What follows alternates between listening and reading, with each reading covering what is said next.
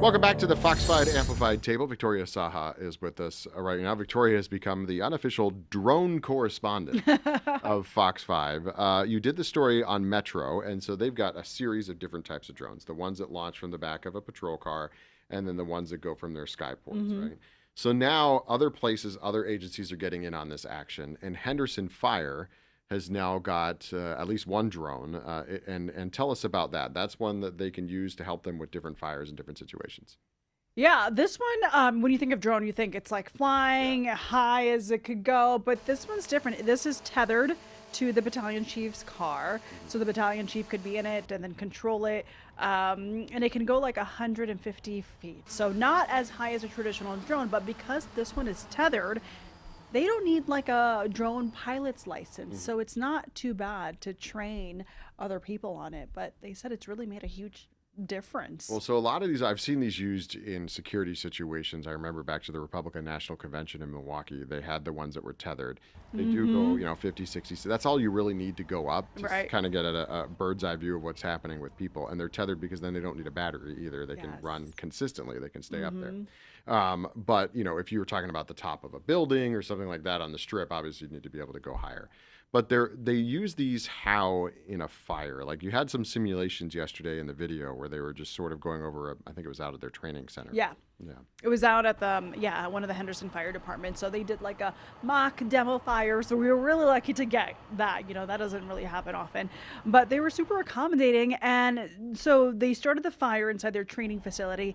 And the battalion chief, he was controlling the drone.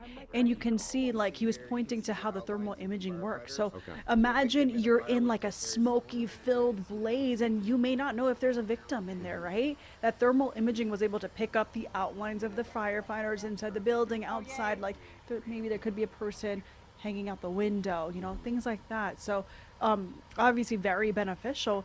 And then they don't just use it for fires. They said that Henderson has over 300 trails, 300 miles of trails, I should say, and people get lost, people fall. It's not always easy to find the person, so these drones have really come in handy for search and rescue. So they've got one right now that's connected to the battalion chief's car, and now that you tell me, it's got this thermal imaging, it makes sense because they're pretty pricey. Considering it's not the normal drones you're thinking about.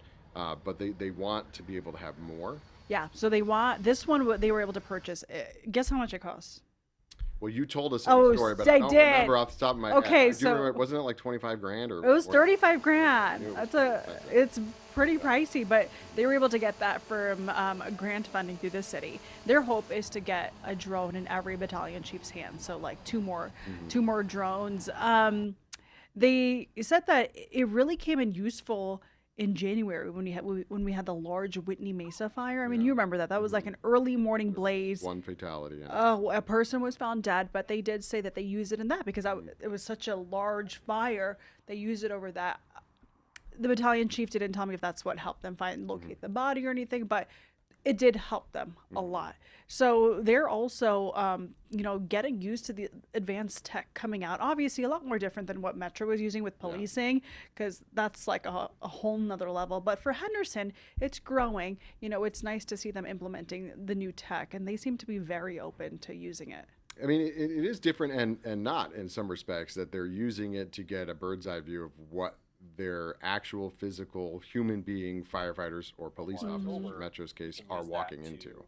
So they kind of get an idea of what to expect. But the added benefit, I guess, with fire is that they can maybe find stuff they didn't know was there. Exactly. Yeah. And then I had asked the battalion chief, so you're in your car. How do you get the information relayed to your team? So he did mention that if it was a large fire, he would have another battalion chief on the passenger side. One would be working the drone. The other would be jotting down notes and resources.